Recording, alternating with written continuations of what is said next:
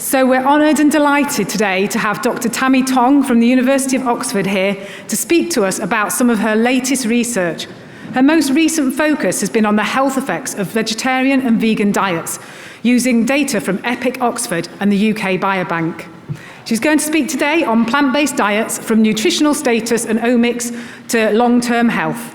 She's a lot to tell us, so let's let her get on with it and give her a warm welcome. Thank you.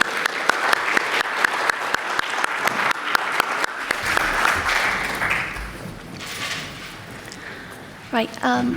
So thank you so much for inviting us, and thank you for the introduction as well. So first off, I have no conflicts of interest to declare, and the work that I'm presenting today are funded by various grants over the years, including from the Medical Research Council, Cancer Research UK, the Wellcome Trust, and I'm personally funded by my department. The results I'm showing you today mainly are based on studies that we do at Oxford, so just to outline my talk, I'll start with some terminology and things to consider when interpreting our findings. I'll then give you a brief overview of the available studies.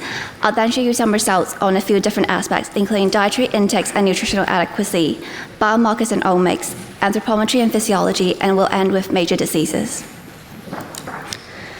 Now on the terminology, the title of this talk is plant-based diet, but plant-based itself is quite an ambiguous term, which means because it could mean anything, ranging from a diet that is predominantly plant-based but still with a significant amount of animal products, or an exclusively plant-based diet, such as vegan diets. So for the purpose of this talk, I'll be defining plant-based diets as vegetarian and vegan diets. And throughout this talk, you'll see that I'm generally dividing people into a few different groups for comparison purposes. So here, the meat eaters refer to people who eat some meat, and depending on the data of the study, they're sometimes further divided into regular meat eaters, low meat eaters, or poultry eaters, who describe people who eat chicken or other poultry, but not red and processed meat. Fish eaters describe people who eat some fish, but not meat. These people don't tend to eat a huge amount of fish, so it's not that they're replacing all the meat in a diet with fish, but they're simply cutting out the meat. Vegetarians, as you'll be all aware, are people who don't eat meat or fish, but they do eat dairy or eggs, but often both. While vegans refer to people who don't eat meat, fish, dairy, or eggs. And occasionally, for some of our analysis, we have combined the vegetarians and vegans as a single group, because there are quite often not that many vegans in our studies, especially when we're looking at long-term health outcomes. Just a few other points to consider, that might be helpful to keep in mind when interpreting any of the results. It is worth noting that people adopt vegetarian and vegan diets for a variety of reasons, so their diets may also vary because of that. We are also often making comparisons between different groups here, so the diet and lifestyle of the comparison group also matters and can affect the results. So in epidemiology, we quite often have something called the healthy volunteer effect, whereby everyone in the study is a bit healthier compared to the general population. So quite often we're really comparing two relatively healthy groups of people in our studies. And these could have implications on the results, so we do need to interpret them cautiously. One challenge of studying vegetarian and vegan diets is that there's perhaps not a huge amount of data on the topic. There are many earlier studies looking at dietary intakes and nutritional status. These tend to be fairly small and are quite often focused on specific aspects of a diet or specific aspects of nutrient intake. If we are interested in understanding the long-term health of vegetarian and vegan diets, we do need to be using prospective studies where we are following up these people over time. And there are only a handful of studies that have looked at this. One of the earliest studies was the Oxford Vegetarian Study, which recruited 11,000 people, including about 40% of vegetarians. And this study conducted its recruitment in the 80s. The follow-up for the Oxford Vegetarian Study has stopped now, but that data is still available for analysis purposes. The main study that we use in Oxford right now is the EPIC Oxford study, which is a study of 65,000 people, including over 20,000 vegetarians, including vegans. And we recruited people in the 90s. The recruitment of EPIC Oxford is targeted specifically at vegetarians and vegans, so we do have a large proportion of these people for that reason. More recently, we've also been using data from UK Biobank, which is a very large study of about 500,000 people.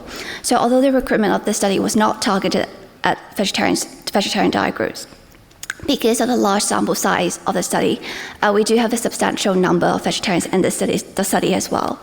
And the unique feature of UK Biobank is also that it's got very detailed phenotyping information on all participants, and everyone also gave blood. But just to briefly mention, there are a few other vegetarian studies in the world as well, including the UK Women's Health Study at Leeds, the Adventist Health Study in California, the Chuzhi Health Study in Taiwan, and the Indian Migration Study.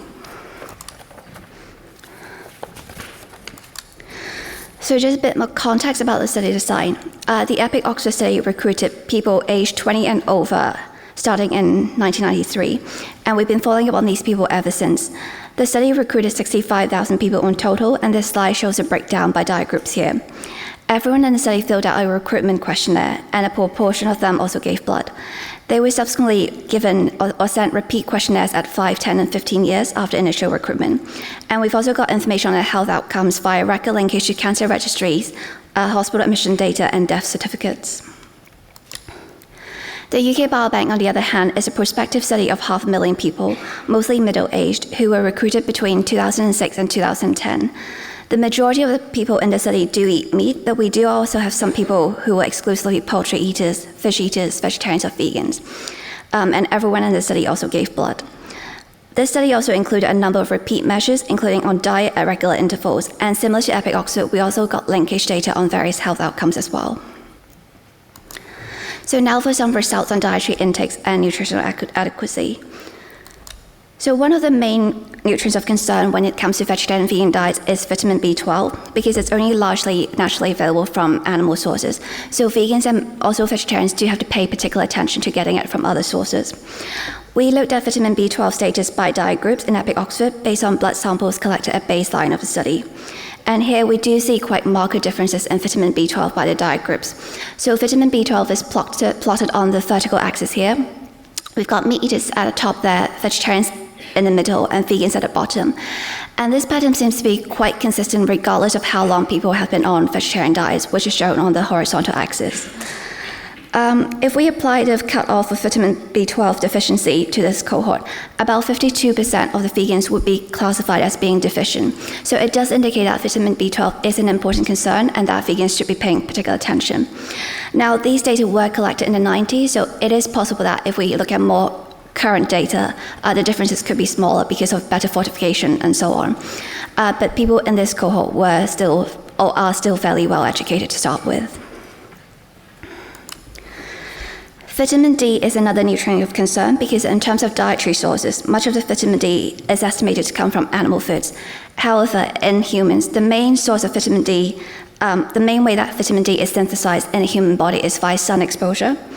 When we looked at circulating vitamin D levels in UK Biobank, we did see that vegetarians and vegans, which are shown by the green dots here, had lower vitamin D levels compared to the meat eaters who are represented by the red and orange dots. And this pattern was true for both ethnicities that we looked at. We did also see a difference in vitamin D levels by ethnic groups as well, where even the meat eaters and the British Indians had lower vitamin D levels on an absolute scale compared to white British vegans. But this is consistent with other data that looked at ethnic differences in vitamin D levels. But we're not really sure how this could be important for other outcomes such as bone health by ethnicity. Iron intake is also something that's sometimes talked about in the context of vegetarian and vegan diets. We looked into this in UK Biobank and found that compared with regular meat eaters, the other diet groups all had similar or higher iron intake, and in fact the vegans had the highest iron intake in the study. And this slide is only showing the iron from food, so not including supplements. However, the concern about plant source of iron is that plant source of iron is only available in a non-heme form, which is harder to absorb compared to heme iron from meat. So what this means is that even though intake was not lower in the vegetarians and vegans, absorption could still be lower, and generally vegetarians and vegans do need higher iron intake compared to meat eaters.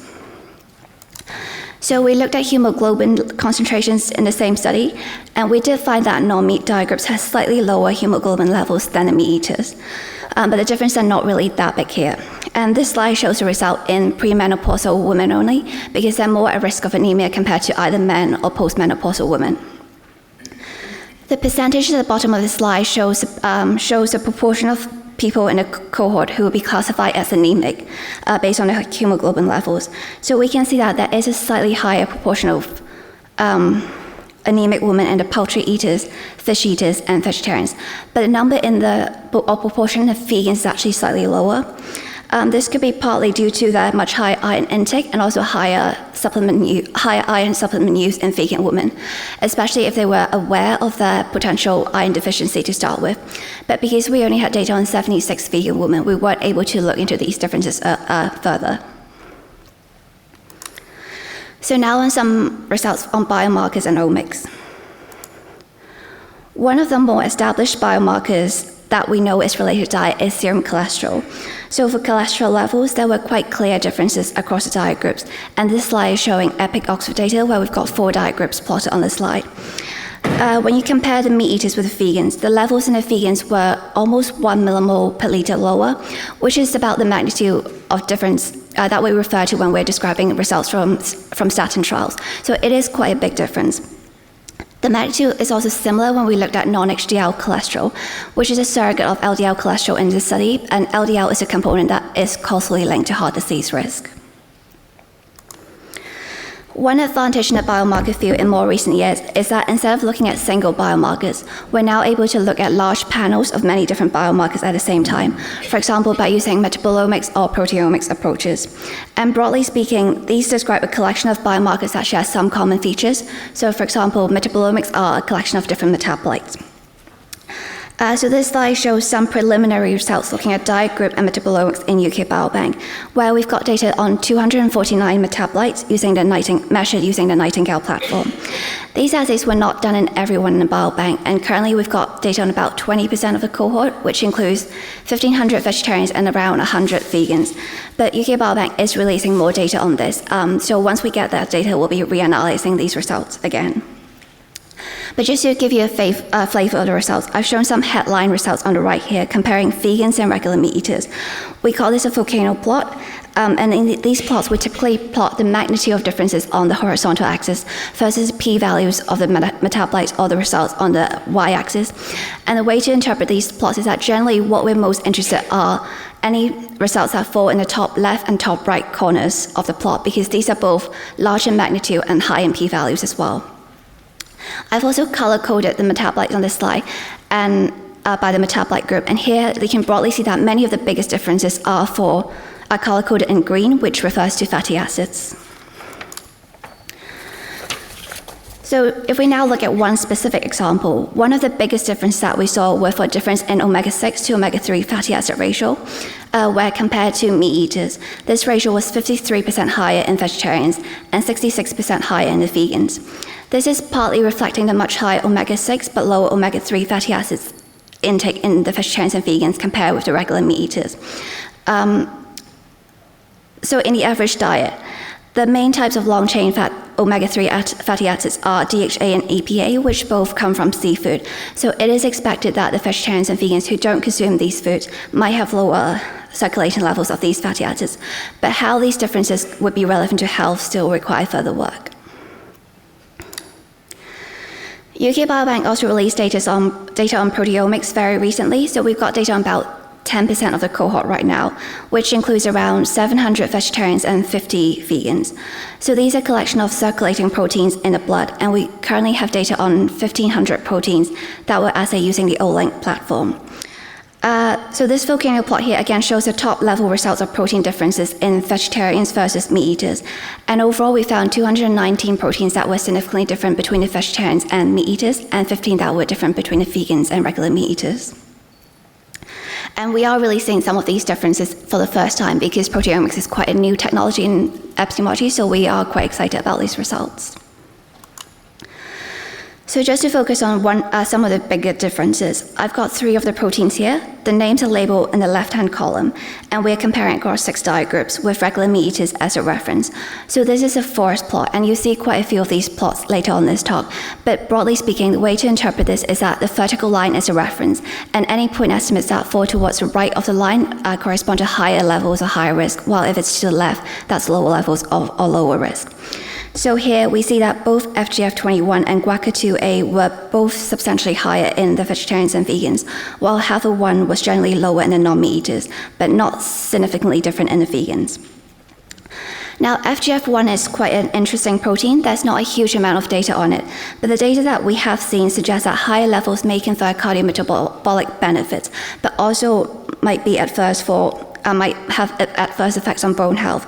So it seems to be consistent with what we know in terms of long-term health of vegetarian vegan diets. Guaca2A is a protein that has a role in moving water into the intestine. So higher levels of this protein in the vegans in particular could mean better gastrointestinal health in these diet groups. HAVA1 on the hand, the third protein here shown is HAVA1. The other name for HAVA1 is KIM1, which stands for kidney injury molecule 1. So as the name suggests, this protein is an indicator of kidney injury. So lower levels in the non-meat eaters could signify better kidney health in these diet groups. So these early results do suggest that proteomics seem to be quite a promising area of research in helping us understand health differences by dietary groups. And this will be one of our areas of research focus at Oxford in the next few years. Now on to anthropometry and physiology. In terms of BMI differences, there is quite consistent evidence across different studies that vegetarians and vegans tend to have lower BMI than meat eaters, and we did also see this in EPIC Oxford. This plot shows the average BMI for the 4 diet groups, separately for men and women, at both recruitment and 5 years follow-up of the study.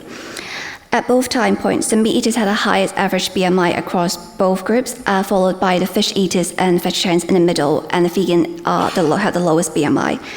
And generally, the BMI in vegan men was about 2 units lower compared to that of meat-eating men, while in women, the difference was about 1.5 units lower. But what we did also see is that all groups actually did also put on a bit of weight over time as well.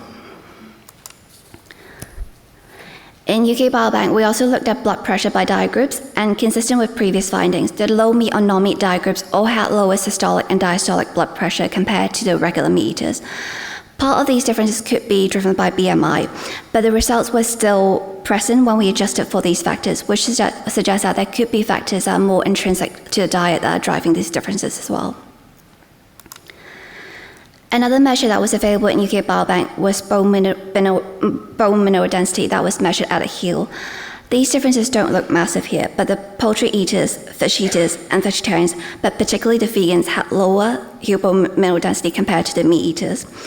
These differences could be important because bone mineral density is a direct indicator of osteoporosis, which could indicate a higher risk of fractures or poor bone health, especially in the vegans. We also looked at grip strength in UK Biobank before, and this is a surrogate measure for muscle strength, and this plot is showing the results for men. Here we do also see quite clear differences in grip strength across the non-meat diet groups, and these differences could also contribute somewhat to differences that we see in bone and muscle health. So now on some major diseases, I'll cover some evidence on some of the just a few major health outcomes, and all of the following results come from the EPIC Oxford study, which has the longest follow-up among all the studies that we have. So starting with cardiovascular disease, we've looked at the risk of both ischemic heart disease and stroke a few years ago based on 18 years of follow-up in EPIC Oxford. And here we've got the results shown as a forest plot again. So starting from the top, for ischemic heart disease, what we found was that both the fish eaters and vegetarians, which included vegans here, had lower risk compared with the meat eaters. The hazard ratio in the vegetarians was 0.78, for example, which corresponds to a 22% low risk of this outcome in the vegetarians compared to the meat eaters. For total stroke, however, if we look at the bottom of this plot, we see the opposite picture, where the vegetarians had a 20% higher risk of total stroke compared with the meat eaters. But the risk of stroke in the fish eaters was not statistically significant. I've also got the results for the 2 stroke subtypes shown in the middle, and what these results show is that the higher risk of total stroke in the vegetarians seem to be driven mainly by a higher risk of hemorrhagic stroke. So the main analysis on the previous slide was for vegetarians and vegans combined, but we did look at vegetarians and vegans separately in the sensitivity analysis as well. And the hazard ratio for both heart disease and total stroke are shown here. And generally, the point estimates in the vegans are directionally consistent with that of the vegetarians. So for heart disease, the hazard ratio in vegans was 0.82, while for total stroke, it was 1.35. But neither of these results were significant, which could be due to this much smaller number of vegans that we have in our study. So we're seeing a 22% low risk of heart disease, but 20% high risk of total stroke in the vegetarians versus meat eaters. That was based on what we call a relative risk difference. An alternative way to look at these data is based on the absolute rate differences, which is what's shown on this plot here. So the horizontal axis on this plot is for a number of cases per 1,000 population over 10 years. So what this plot shows is that while vegetarians do have lower number of cases of chronic heart disease, but higher number of cases of total stroke compared to meat eaters, because stroke is a relatively less common outcome than heart disease, the overall difference or excess risk from stroke is still comparatively small compared to heart disease. For some possible reasons for these differences, we saw earlier that the fish eaters and vegetarians had much lower cholesterol level than the meat eaters, and low cholesterol is known to be protective against ischemic heart disease. So the lower levels of cholesterol in both the fish eaters and vegetarians are probably sufficient to explain the lower heart disease risk, especially in combination with other risk factors such as lower blood pressure and low BMI. At the same time, however, some recent evidence from both statin trials and also genetic studies have shown that cholesterol levels or low cholesterol levels might be linked to a higher risk of hemorrhagic stroke as well, which could also explain why the risk for this outcome was higher in the vegetarians. Alternatively, B12 deficiency, which is more common in vegetarians and vegans in our study, is believed to raise homocysteine levels in the blood, which may also increase the risk of stroke. But because these markers were only available in a subset of our cohort, we weren't able to look into this further at the moment. But more research is planned, and we're also wanting to look into other factors such as the quality of protein and whether that might have an effect as well. For diabetes, we found that low meat eaters, fish eaters, and vegetarians all had lower risk when compared with the regular meat eaters, which is defined as people with higher than 50 grams of meat per day in this particular study. And these results are based on a model that adjusted for standard confounders. When we added BMI to the model, the association was attenuated to some extent, but still significant in some of the groups. This attenuation suggests that the lower risk was probably at least partly due to the lower BMI in these diet groups. And in our study, although the fish eaters and vegetarians had similar BMI at baseline, the fish eaters actually gained the least weight over 15 years of follow-up. So that could also potentially explain why the fish eaters had lower risk than the vegetarians in the study. Now, moving on to cancer. So if one were hypothesizing that there will be a difference in risk in cancer between vegetarians and non-vegetarians, there would need to be feasible or plausible hypotheses or like mechanisms. But for many cancer sites, there's actually no clear evidence for why diet could play a role. And this slide shows just a few of the cancer sites where we do see plausible hypotheses. So for stomach and colorectal cancer, there's evidence that processed meat intake is associated with higher risk of these outcomes. So it is plausible that vegetarians and vegans who do not eat any processed meat might have a lower risk of these cancers. And apart from that, vegetarians also tend to have high intake of fruit, vegetables, and dietary fiber, which could also contribute to a low risk of these outcomes potentially as well. For breast cancer, there's good evidence from other studies that estrogen plays an important role in breast cancer, where high estrogen increases risk. But when we compare estrogen levels by the dietary groups, we haven't really found a big difference of this marker between the different groups. There is other studies, however, showing that IGF-1, which is a growth factor, might increase risk of breast cancer as well. And we do have data showing that IGF-1 tends to be lower in vegans. And apart from breast cancer, IGF-1 has also been linked to higher prostate cancer risk. So one could hypothesize that vegans in particular might have lower risk of both breast and prostate cancer. So what does the evidence actually show? This slide here shows comparisons of risk of multiple cancer sites of vegetarians and vegans combined compared with meat eaters in the EPIC Oxford cohort. So if we go to the bottom of this plot, that shows the results of total cancer, so that's cancer at any site. And we see that vegetarians had a relative risk of 0.9, which meant that they had 10% lower risk of any cancer. But if we broadly scan across the graph, we see that for many cancer sites, there was actually no significant difference between the diet groups. We do, however, see a low risk of stomach cancer in the vegetarians with quite a big difference.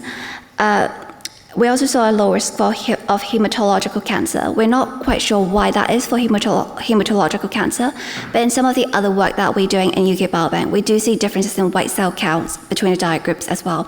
So that's something worth looking into further.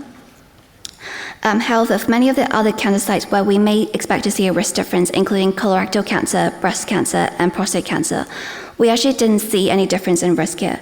So here it could be an example where the comparison group really matters.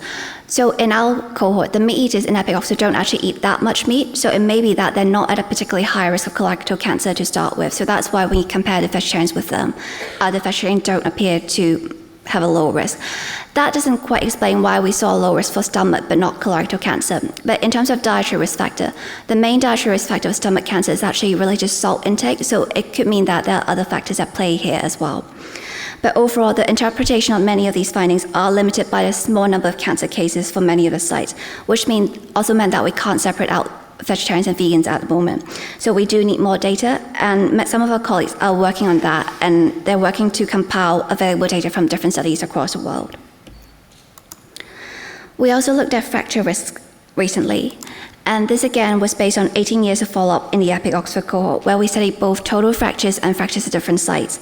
So we found that compared with meat eaters, there was no significant difference in the fish eaters for total fractures, but the vegetarians had a hazard ratio of about 9% higher, while the vegans had a hazard ratio of 1.43, corresponding to a 43% higher risk.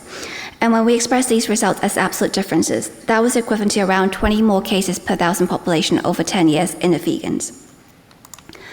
For hip fractures, which is a key osteoporotic fracture site, the fish eaters, vegetarians, and vegans all had higher risk than the regular meat eaters. The risk was about 26% higher in the fish eaters, 25% higher in the vegetarians, and over twofold higher in the vegans, with a hazard ratio of 2.31. In terms of absolute differences, this was equivalent to around 15 more cases in the vegans compared to the meat eaters. So to try and understand these differences, we did some more work looking carefully at a few of the key risk factors. The analysis that I showed earlier was already just for BMI, but we do know that low BMI is an important risk factor for fracture at some sites, particularly at the hip, which means that vegetarians and vegans could have a higher fracture risk due to the low BMI. But that alone doesn't seem to explain our results because we've already adjusted for BMI. So we also did some more work trying to adjusting for dietary calcium and protein, and the association is attenuated to some extent, but not completely when we adjusted for these factors, which suggests that these factors may only partly explain the high risk of fractures in vegans as well. So generally, further work is still needed to understand the mechanisms.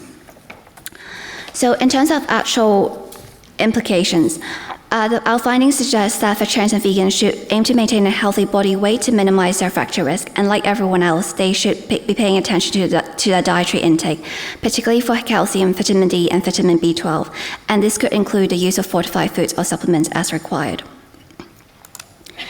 The EPIC Oxford data has also been used to study several other outcomes, so just to give an example, this slide shows some results from diverticular disease where we do see a very big difference in risk in both the vegetarians and vegans, and the risk in the vegans was about 80% lower in this case.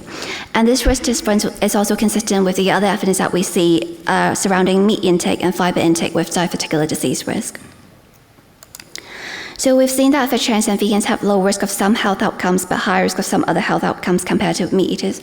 Just to round off this talk, I'll now show some data on all-cause mortality. So this study combined data from both EPIC Oxford and the Oxford Vegetarian Study, where in total there were about 5,000 deaths. And this is taking deaths up until age 90. And regular meat eaters, again, was used as a reference group here. And overall, we didn't really see a clear difference in mortality across diet groups. And this, again, could be partly reflecting the fact that everyone in our study was were fairly healthy and living a long life, and so we didn't see that risk comparison. Now, just to change tack slightly, apart from health differences, another potential impact of vegetarian vegan diets is the environmental impact. So this is not really my area, but our colleagues recently published on this using EPIC Oxford data, and they looked at various different measures of environmental impact, including carbon dioxide and methane emissions, as well as the impact on biodiversity, which is shown on this slide here. And you can see quite stark differences across all measures, particularly in both carbon dioxide and methane emission between diet groups, and on average, these greenhouse gas emissions were about 25% of that of meat eaters in the vegans. Diet also has a big impact on biodiversity, with vegan diets having about a third of the biodiversity impact of regular meat diets. So overall, the results from this study suggest that the amount of animal source food consumed does have a direct impact on the environment, with vegan diets coming off as having the lowest environmental impact. So just to summarize, there are some differences in health outcomes between diet groups, with vegetarian diets having low risk of some health outcomes but high risk of some others. And this slide summarizes some of the outcomes that we've looked at in EPIC Oxford, including some outcomes that I haven't looked at, that I haven't presented today, including gallstones, kidney stones, and cataracts at the bottom of the slide here. But overall, there are still many gaps in our knowledge, and especially in terms of separating out vegetarians and vegans. So we do need more work and more data on this. And we are planning more work. So one of my colleagues is currently recruiting for a study to look at people's dietary choices. It is open to people with any dietary habits, and so as long as you live in the UK and you're interested in take part, there's a QR code here which you can scan to find out more.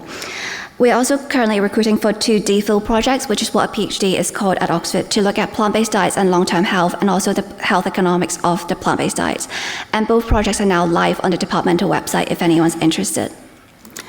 So here, I'd like to thank all the EPIC Oxford participants who gave the data to the study, and as well as the UK Biobank participants, as well as my colleagues and our funders. And thank you for listening.